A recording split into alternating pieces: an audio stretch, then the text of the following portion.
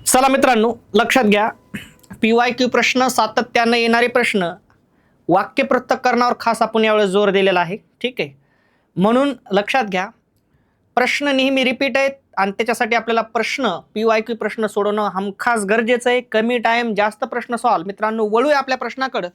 पहिला प्रश्न आहे, शुद्ध लेखन दृष्ट्या अचूक शब्द ओळखा. बघा काय म्हणते, शुद्ध लेखन दृष्ट्या अचूक शब्द म्हणल्या. मित्रांनो, कसा शब्द ओळखायचा आहे? अचूक शब्द ओळखायचा आहे, चूक नसलेला.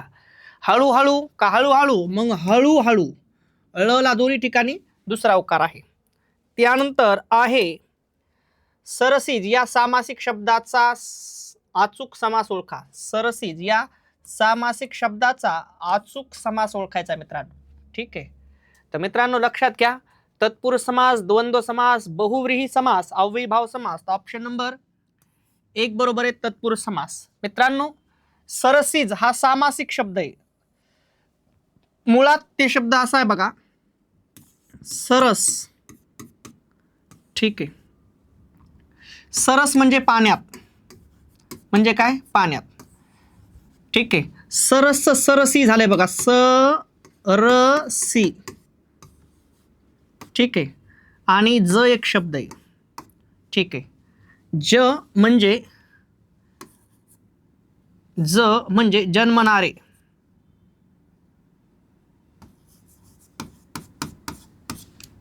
ठीक आहे मित्रांनो, लक्षात घ्या, सरस म्हणजे पाण्यात, सरस सरसी झाले, आणि ज म्हणजे जन्मणारे किंवा जन्मलेली. ठीक आहे, लक्षात घ्या मित्रांनो, काय म्हणतो, सरस सरसी सामासिक शब्द आहे. लक्षात घ्या, मूळ शब्द कोणता आहे मित्रांनो? सरस. मग सरस काय झालंय? सी. सी मध्ये कोण आहे? ई. हे सरसी हे पूर्वपद आहे आणि ज हे उत्तरपद आहे. दोन पद आहेत बघा. ठीक आहे, मला तुम्हाला असं सांगायचंय, या सरसचं काय झालंय? सरसी. मूळ शब्द सरस आहे, पण या सी मध्ये ई आहे ना, हा विभक्ती प्रत्यय. कोणता आहे? विभक्ती प्रत्यय.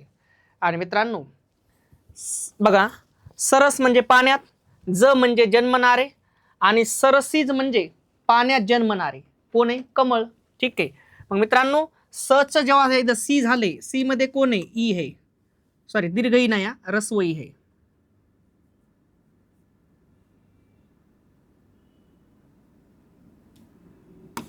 ई आहे. ठीक आहे, सरसी. मग मित्रांनो सच काय आहे? सी. इकडे बघा मित्रांनो, लक्षात घ्या, सांगायचं तात्पर्य तुम्हाला असं होतं, सरस मूळ शब्द आहे, सरस म्हणजे पाण्यात.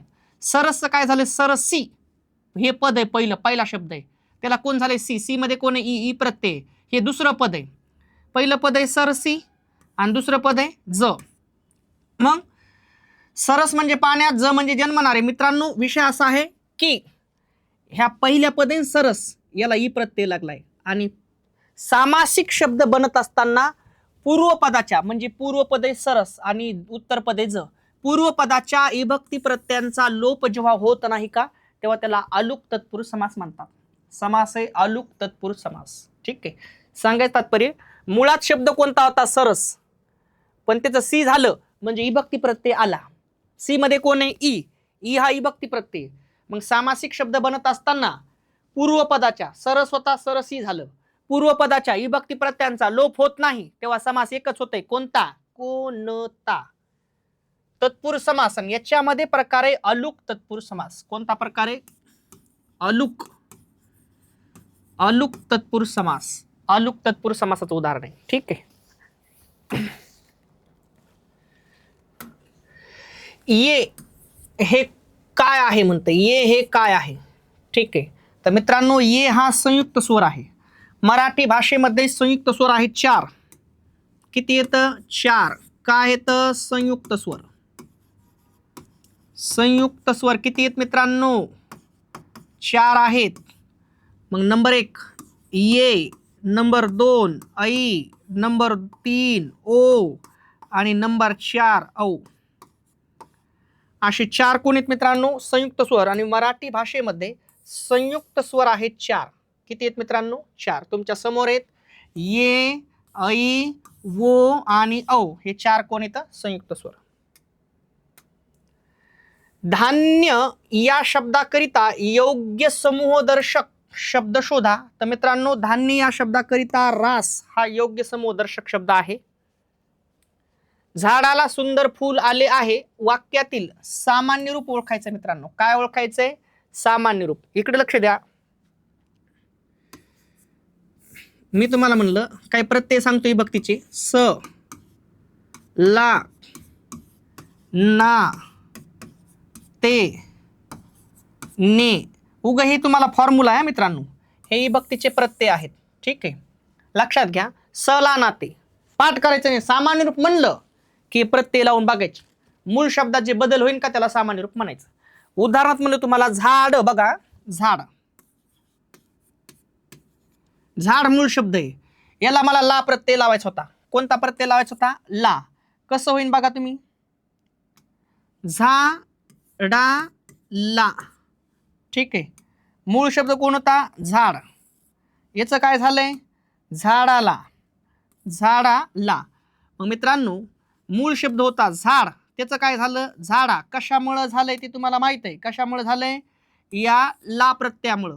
आणि मित्रांनो, हे झाड याला आपण विभक्तीचा प्रत्यय लावायला गेलो तर ऑटोमॅटिक झाडाला झालं. मग झाडचं सामान्य रूप आहे झाडा. आणि मग नामास सर्वनामाला विभक्ती प्रत्यय किंवा शब्दयोगी जोडताना नामास सर्वनामाच्या अंत्य अक्षरात होणारा बदल म्हणजे सामान्य रूप आहे. मग शेवटच्या अक्षरात बदल झालाय. झाडचं काय झालंय? झाडा. मग झाडचं झाडा हे काय मित्रांनो? सामान्य रूपच आहे. विषय संपला. ठीक आहे, म्हणून ऑप्शन नंबर 2 बरोबर आहे. झाडाला. इकडे बघा, याच्यामध्ये इतकं सामान्य रूप आहे. विभक्ती प्रत्यय लावताना झाडचं काय झालं मित्रांनो? झाडा. मुळात झाड शब्द आहे. ऑप्शन नंबर बी बरोबर आहे. ठीक आहे, ज्याच्या विषयी वक्ता बोलतो त्यास काय म्हणतात? ज्याच्या विषयी वक्ता बोलतो त्यास काय म्हणतात म्हणते? तर मित्रांनो, त्यास उद्देश असं म्हणतात. उद्देश म्हणजेच करता. उद्देशाला पर्याय नाव काय आहे? करता. नवल हा शब्द भाववाचक नामात कसा वापराल? नवल हा शब्द भाववाचक नामात कसा वापराल म्हणते? तर मित्रांनो, ऑप्शन नंबर बी बरोबर आहे. नवलाई. याच्यामध्ये नवलमध्ये ला मध्ये आ प्रत्यय आहे मित्रांनो, आणि ई जशास तसा म्हणजे आई प्रत्यय. इथं नवल या नामाला जेव्हा तुम्ही आई प्रत्यय लावता का तेव्हा त्याचं भाववाचक नाम बनत असते. आणि मग सामान्य नामे, विशेष नामे व विशेषणे यांना विविध प्रत्यय लागून भाववाचक नामे बनतात. त्या प्रत्ययांचं नाव आहे मित्रांनो, कोणती प्रत्यय? य, त्व, पण, पना, ता, ई, गिरी, की, वा, आई, पप्पा नाही आता. ठीक आहे मित्रांनो, लक्षात घ्या, एवढे प्रत्यय आहेत. हे प्रत्यय जेव्हा लागतात, कोणाकोणाला लागतात? नाम, सामान्य नाम, विशेष नाम आणि विशेषणे यांना लागतात आणि काय बनवतात? भाववाचक नाम. मग नवल इथं सामान्य नाम आहे, त्याला आई प्रत्यय लागलाय. नवलाई काय बनलंय? भाववाचक नाम. ऑप्शन नंबर बी. पुढील 4 शब्दापैकी विशेषण नसलेला शब्द. पुढील किती शब्द येतं? 4. याच्यापैकी काय म्हणते? विशेषण नसलेला शब्द ओळखायचा आपल्याला. ठीक आहे, तर मित्रांनो लक्षात ठेवा. पांढरा कागद. पांढरा शब्दानं कागद बद्दल माहिती दिली, विशेषण आहे. आंधळा, मुलगा. आंधळा शब्दानं मुलगा बद्दल माहिती दिली, विशेषण आहे. ठीक आहे, लबाड, मुलगी. लबाड शब्दानं मुलगी बद्दल माहिती दिली, विशेषण आहे. पण जर तुम्ही ऑब्झर्वेशन केलं असेल मित्रांनो, ऑप्शन नंबर सी, गंगा हे विशेष नाम आहे, यमुना हे पण विशेष नाम आहे. ही नामे येतं आणि बाकीचे सगळे तुमच्या समोर काय येतं? विशेषण आहे. ठीक आहे, म्हणून आपल्याला सी हे पर्याय बरोबर करावा लागलेला आहे. गंगा आणि यमुना. Option number C. आता पाऊस थांबावा या वाक्यातील क्रियापदाचा अर्थ ओळखायचा आहे. क्रियापदातील मूळ धातूला वा, वी, वे लागलं मित्रांनो, काय सांगायचं? विद्यार्थ सांगायचंय. काय सांगायचंय? विद्यार्थ. विद्याधिक अर्थ विद्यार्थ. साध्या भूतकाळातील क्रियापदाचा पर्याय क्रमांक लिहा. कसला? साधा भूतकाळ. साधा भूतकाळ म्हणते, ठीक आहे. बघा मित्रांनो, ठीक आहे, साधा भूतकाळ. मग मित्रांनो सांगितले साधा काळ म्हणलं एकेरी क्रियापद असते. कसलं क्रियापद असते? एकेरी. आणि मित्रांनो लक्षात घ्या, मूळ धातूला जेव्हा ल प्रत्यय लागते का तेव्हा साधा काळ असते. मी जेवण, उदाहरणार्थ मी आंबा खाल्ला म्हणू आपण, मी आंबा खाल्ला. मग मित्रांनो मूळ धातूला कोणता प्रत्यय लागलाय? खा मूळ धातू आहे, त्याला कोणता प्रत्यय लागलाय? ल. आणि मूळ धातूला ल प्रत्यय लागला की भूतकाळ असते, त्याच्यात एकेरी क्रियापद आहे. बाकी सगळ्या ठिकाणी दुहेरी क्रियापद आहे. सांगत असे, सांगत होता, सांगितले होते, दुहेरी क्रियापद आहे. पण साधा काळ म्हणलं की एकेरी क्रियापद लागते. तेच आपलं उत्तर आहे मित्रांनो. शाळेकडे या शब्दातील कडे हा शब्द डॅश डॅश आहे. मित्रांनो शाळेकडे शब्दाला जोडून येणाऱ्या अव्ययाला काय म्हणतात? शब्दयोगी अव्यय असं म्हणतात. काय म्हणतात? शब्दयोगी अव्यय. खालीलपैकी संमतीदर्शक केवल प्रयोगी अव्यय ओळखा. मित्रांनो सगळेच केवल प्रयोगी अव्यय आहेत, पण संमतीदर्शक ऑप्शन नंबर बी बरोबर आहे. ठीक आहे. आपल्या मनातील विचार व्यक्त करण्यापूर्वीच आपल्या मनात दाटून आलेल्या भावना आपण एखाद्या उद्गाराद्वारे व्यक्त करतो आणि त्या उद्गारांना केवल प्रयोगी अव्यय म्हणतात. आणि त्याचं नाव आहे संमतीदर्शक केवल प्रयोगी अव्यय. ते आहे ठीक. त हा कोणता विभक्ती प्रत्यय आहे? कोणता विभक्ती प्रत्यय आहे? मित्रांनो जेव्हा नामाला ने, ये आणि शी प्रत्यय लागतात विभक्ती होते तृतीया.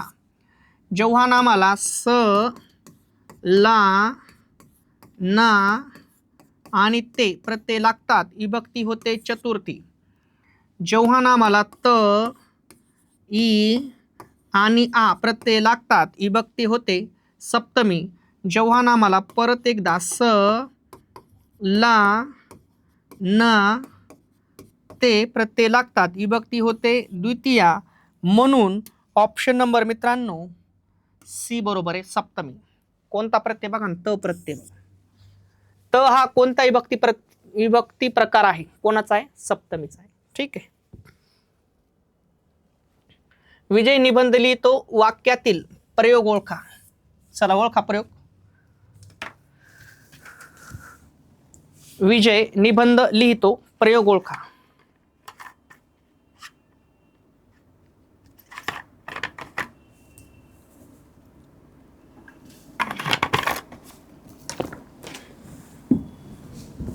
विजय निबंध लिहितो, प्रयोग ओळखा. मित्रांनो प्रयोग ओळखत असताना लिहितो क्रियापद, लिही मूळ धातू,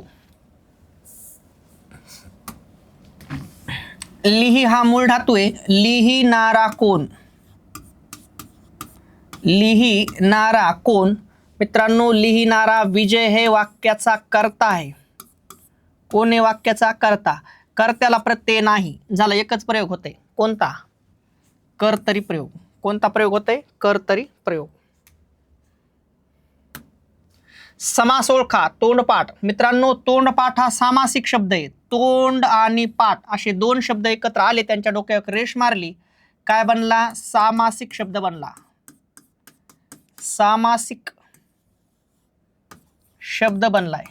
आणि मित्रांनो या सामासिक शब्दाची फोड करणे म्हणजे विग्रह होते. कसं होईल मग? तोंडाने पाठ सामासिक शब्दाची फोड करून दाखविणे म्हणजे काय मित्रांनो? विग्रह. आणि इकडे लक्ष द्या, सामासिक शब्दाची फोड करत असताना विभक्ती प्रत्यय आला 99% 99 तत्पुरुष समास होते. म्हणून ऑप्शन नंबर बी बरोबर आहे. याला तृतीय विभक्ती तत्पुरुष समास म्हणतात, कारण तृतीयेचा प्रत्यय आहे. तू वकिली कर. कर हे वाक्य कोणत्या प्रकारचे आहे? वाक्य म्हणते. ठीक आहे. तर मित्रांनो तू वकिली कर म्हणाले. कर म्हणजेच काय? आज्ञार्थी, आज्ञा दिलेली. तू वकिली कर. कर, जेव, झोप, बस, रड सगळं आज्ञाच आहे. खालीलपैकी कोणता अलंकाराचा प्रकार आहे? खालीलपैकी कोणता अलंकाराचा प्रकार आहे? ठीक आहे. अलंकाराचा प्रकार सांगा म्हणते. ठीक आहे. खालीलपैकी कोणता अलंकाराचा प्रकार आहे? ठीक आहे. शब्दालंकार, वाक्यालंकार, अर्थालंकार, पर्याय ए व सी. ऑप्शन नंबर डी बरोबर आहे, ए व सी. कारण शब्दालंकार आणि अर्थालंकार हे दोघं कोणाचे प्रकार आहेत मित्रांनो? अलंकाराचे प्रकार आहेत. ठीक आहे. कौमुदी या शब्दात समानार्थी शब्द ओळखा. तर मित्रांनो कौमुदी म्हणजे चांदणी. मित्रांनो व्हिडिओ आवडल्यास चॅनलला लाईक करत जा, शेअर करत जा, सबस्क्राईब करत जा. कारण अतिशय तळमळीनं मेहनतीनं या गोष्टी तुमच्यासमोर उभा आहे मी. ठीक आहे. खूप प्रामाणिक प्रयत्न आहेत हे. ठीक आहे. सगळ्या गोष्टी व्यवस्थित वाटल्याच्या नंतर व्हिडिओ शेअर करा. तुमच्या मित्राला खास करून शेअर करा जे स्पर्धा परीक्षा वगैरे करतात. ठीक आहे. मित्रांनो कौमुदी या शब्दात समानार्थी शब्द कोणता आहे मित्रांनो? चांदणी. ठीक आहे. शुक्ल या शब्दाच्या विरुद्ध शब्द ओळखा. तर शुक्ल शब्दाच्या विरुद्ध शब्द आहे मित्रांनो कृष्ण. शुक्ल शब्दाच्या विरुद्ध शब्द कोणता आहे? कृष्ण. पाणी सोडणे या म्हणीचा अर्थ, पाणी सोडणे या म्हणीचा अर्थ काय होतंय? तर पाणी सोडणे म्हणजे त्याग करणे. आपण एखाद्या वेळेस म्हणतो बघा, मी त्या गोष्टीवर पाणी सोडे, आता संपला विषय. करीजे, करीजे, बोलीजे, जाईजे अशी क्रियापदाची रूपे कोणत्या प्रयोगाच्या उपप्रकारात आढळतात? तर मित्रांनो करीजे, बोलीजे, जाईजे येतात खरं तर कर्मणी प्रयोगामध्ये आणि त्याच्यात येतात जुना कर्मणी. जुना कर्मणी. तो काय कर्म करीजेले लघुलेकराने. मग प्रयोगाचं जर नाव विचारलं तर जुना कर्मणी प्रयोग. तो काय शस्त्र धरिजेले लघुलेकराने. प्रयोगाचं नाव विचारलं तर जुना कर्मणी प्रयोग. ठीक आहे. जुना कर्मणी प्रयोगामध्ये क्रियापदाला मित्रांनो खास करून असा ज प्रत्यय असते बघा. कोणता प्रत्यय असते? ज प्रत्यय. ठीक आहे. खालीलपैकी कोणता शब्द अभ्यस्त नव्हे? एकच शब्द दोनदा आला मित्रांनो त्याला अभ्यस्त म्हणतात. खालीलपैकी कोणता शब्द अभ्यस्त नव्हे? ठीक आहे. एकच शब्द दोनदा आला की त्याला काय म्हणतात? अभ्यस्त. मग लक्षात घ्या मित्रांनो, समोरा, समोर दोन शब्द आहेत. पानो, पाणी दोन शब्द आहेत. जवळ, जवळ दोन शब्द आहेत. म्हणजे तिघच्या तिघही अभ्यस्त शब्द आहेत आणि हा अभ्यस्त नाही. तेच आपलं उत्तर आहे कधीतरी. एके दिवशी युद्ध बंद झाल्याची बातमी येऊन धडकली. या वाक्यातील विधेय विस्तार कोणता ते सांगा. ओळखायचंय काय मित्रांनो? विधेय विस्तार ओळखायचा आहे. काय ओळखायचा आहे? विधेय विस्तार. मित्रांनो लक्षात द्या, एके दिवशी युद्ध बंद झाल्याची बातमी येऊन धडकली. धडकली हे क्रियापद आहे. कोण आहे ते? क्रियापद. आणि क्रियापदाला वाक्य पृथक्करणामध्ये विधेय म्हणतात. काय म्हणतात? विधेय. आपल्याला ओळखायला काय सांगितले? विधेय विस्तारा. काय सांगितले? विधेय विस्तार. आता एकच गोष्ट लक्षात ठेवायची, तुम्ही वाक्यातलं क्रियाविशेषण शोधायचं आणि त्याला विधेय विस्तार म्हणायचं. विषय संपला. बाकीले लोड लावायचा नाही. मग एके दिवशी युद्ध बंद झाल्याची बातमी येऊन धडकली. धडकली क्रियापद आहे मित्रांनो. धडक मूळ धातू आहे. याला आपण प्रश्न विचारू. याला आपण प्रश्न विचारू मित्रांनो.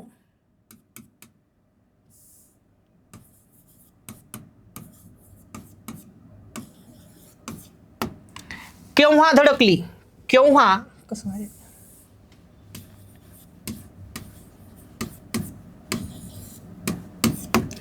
केव्हा धडकली? बघा, एके दिवशी युद्ध बंद पडल्याची बातमी येऊन धडकली. धडकली क्रियापद, धडक मूळ धातू. केव्हा धडकली मित्रांनो? केव्हा धडकली? एके दिवशी. ठीक आहे. म्हणजे एके दिवशी हे कोण आहे? क्रियाविशेषण आहे.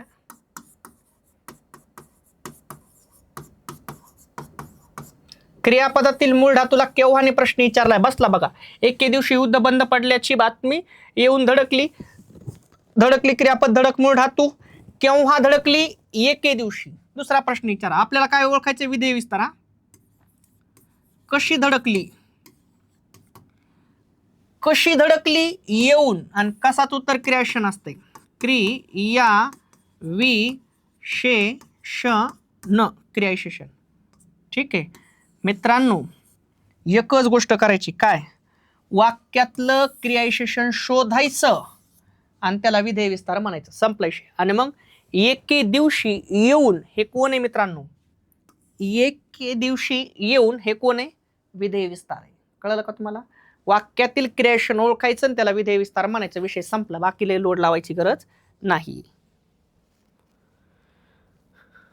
मोरांच्या ध्वनीला काय म्हणतात? मोरांच्या ध्वनीला काय म्हणतात? तर मित्रांनो त्याला केकारो म्हणतात. काय म्हणतात? केकारो. त्याची आई जाईच्या मांडवाखाली फुले वेचत होती. या वाक्यातील शब्दयोगी अव्यय काय ओळखायचंय? शब्दयोगी अव्यय ओळखायचंय. या वाक्यातील शब्दयोगी अव्यय ओळखायचे मित्रांनो. ठीक आहे. तर मित्रांनो शब्दाला जोडून येणाऱ्या अव्ययाला शब्दयोगी अव्यय म्हणतात. मग मांडवा खाली, मग खाली हे शब्दयोगी अव्यय कारण जोडून आले. ठीक आहे. कुठे मग? ऑप्शन नंबर डी बरोबर आहे, खाली. शाबास, भले, वाहवा ही कोणती केवल प्रयोगी अव्यय? ही कोणती केवल प्रयोगी अव्यय आहेत? संमतीदर्शक, आश्चर्यकारक, हर्षदर्शक, प्रशंसादर्शक. मित्रांनो ती आहेत प्रशंसादर्शक.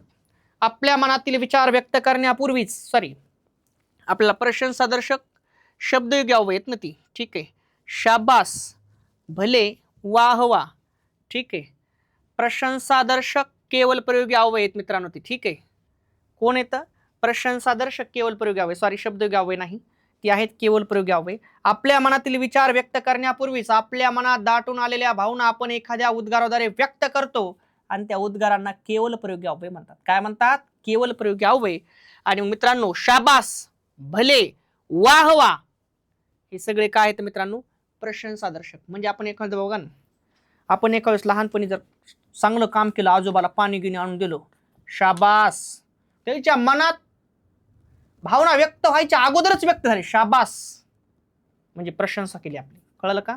आपल्या मनात विचार व्यक्त होण्यापूर्वीच आपल्या मनात दाटून आलेल्या भावना आपण एखाद्या उद्गाराद्वारे व्यक्त करतो, त्या उद्गारांना केवल प्रयोगी अव्यय म्हणतात आणि त्याचं नाव आहे प्रशंसादर्शक केवल प्रयोगी अव्यय. खाई त्याला खवखवे, खाई त्याला खवखवे. प्रश्न बघा फिरू नये. या मनीच्या विरुद्ध अर्थाची मन तयार करा. बघा, ज्यानं केलंय त्याच्या मनात ते सातत्यानं राहते. मग कर नाही त्याला डर कशाला? विरुद्धार्थी. ऑप्शन नंबर बी. ज्यानं केलंय त्याच्या मनात ते राहणार चिंता, पण ज्यानं केलंच नाही त्याला डर कशाला? मग याच्या विरुद्धार्थी विचारलं तेच आहे, कर नाही त्याला डर कशाला? जिसने कुछ किया ही नहीं उसको डरने की कुछ जरूरत नहीं है. ठीक आहे.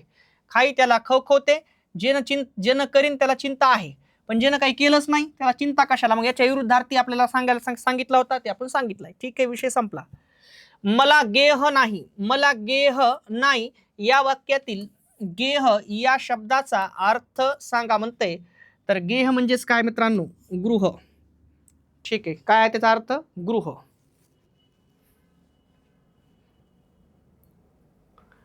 दुसऱ्याच्या सांगण्याप्रमाणे वागणारी व्यक्ती. बर, दुसऱ्याच्या सांगण्याप्रमाणे वागणारी व्यक्ती शब्दसमूहास योग्य शब्द ओळखा. तर मित्रांनो कळसूत्री बाहुले ऑप्शन नंबर 1 आहे. पाट या शब्दाचा चुकीचा अर्थ ओळखा. पाट या शब्दाचा चुकीचा अर्थ म्हणते, ओळखायचा आहे. ठीक आहे. बसायचा पाट, शेताला पाणी नेणारा कालवा, विधवेचा विवाह का शरीराचा अवयव? ऑप्शन नंबर डी बरोबर हे चुकीचा अवयव आहे, चुकीचा पर्याय आहे. पाट या शब्दाचा चुकीचा अर्थ काय? तर शरीराचा अवयव चुकीचा आहे, बाकीचे सगळे कसे येतं? बरोबर आहेत. उड्डाण हा शब्द नामाच्या कोणत्या प्रकारात येते? नामाच्या कोणत्या प्रकारात येते उड्डाण? तर मित्रांनो उड्डाण हे भाववाचक नाम आहे. एखादी व्यक्ती, वस्तू, प्राणी, पदार्थ, ठिकाणे यांच्यामधील गुणधर्माला दिलेलं नाव भाववाचक नाम असते. भाववाचक नाम हे भावनांची नावे आहेत. वाटते का कुठेतरी? SRPF ला परीक्षेत प्रश्न आलेला आहे. उड्डाण हा शब्द कोणतं नाम आहे? कोणतं आहे मित्रांनो? भाववाचक नाम आहे. ठीक आहे. चला 16 प्रश्न. पुढे काही शब्दांची स्त्रीलिंगी रूपे दिली आहेत.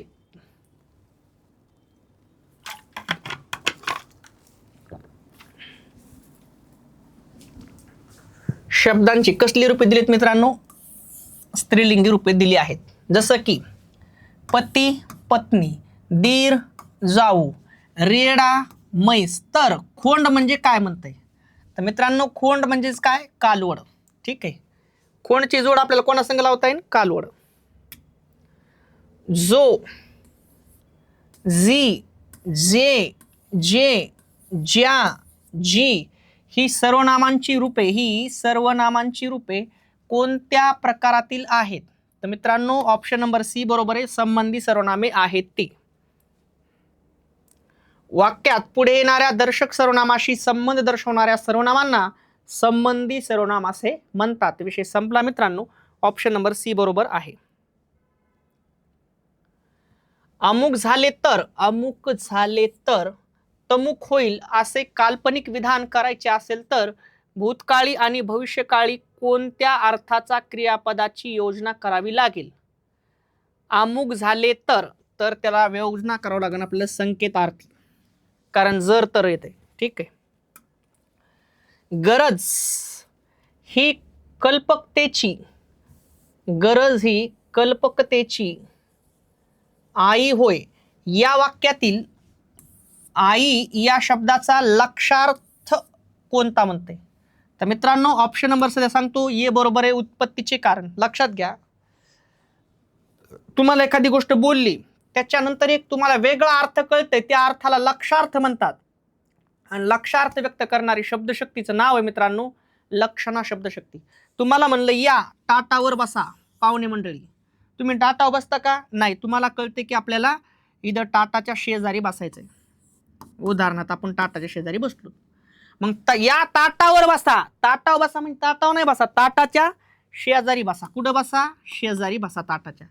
मग तुम्हाला ताटावर बसा म्हणल्यावर तुम्हाला लगेच लक्षात येते की ताटावर बसायचं नाही, ताटाच्या शेजारी बसायचंय. मग ताटाच्या शेजारी बसायचं हे जे तुमच्या लक्षात आलंय का, त्याला लक्षार्थ म्हणतात. आणि लक्षार्थ व्यक्त होणारी शब्दशक्तीचं नाव आहे लक्षणा शब्दशक्ती. मग मित्रांनो गरज ही कल्पकतेची आई होय म्हणजेच काय? उपपत्तीचे कारण हा लक्षार्थ ऐकणाऱ्याच्या लक्षात येते. ठीक आहे. म्हणून ऑप्शन नंबर 1 बरोबर आहे. ठीक आहे. कमळ या शब्दात समानार्थी नसलेला, बघा इथं लय फसत आहे माणूस, समानार्थी नसलेला शब्द ओळखा. तर मित्रांनो कमळ या शब्दासाठी नलिनी, नीरज, पद्म हे तिघही त्याचे समानार्थी आहेत. ऑप्शन नंबर डी हा चुकीचा पर्याय आहे, कारण वायस म्हणजे कावळा. वायस म्हणजे काय? कावळा. तेच आपलं उत्तर आहे.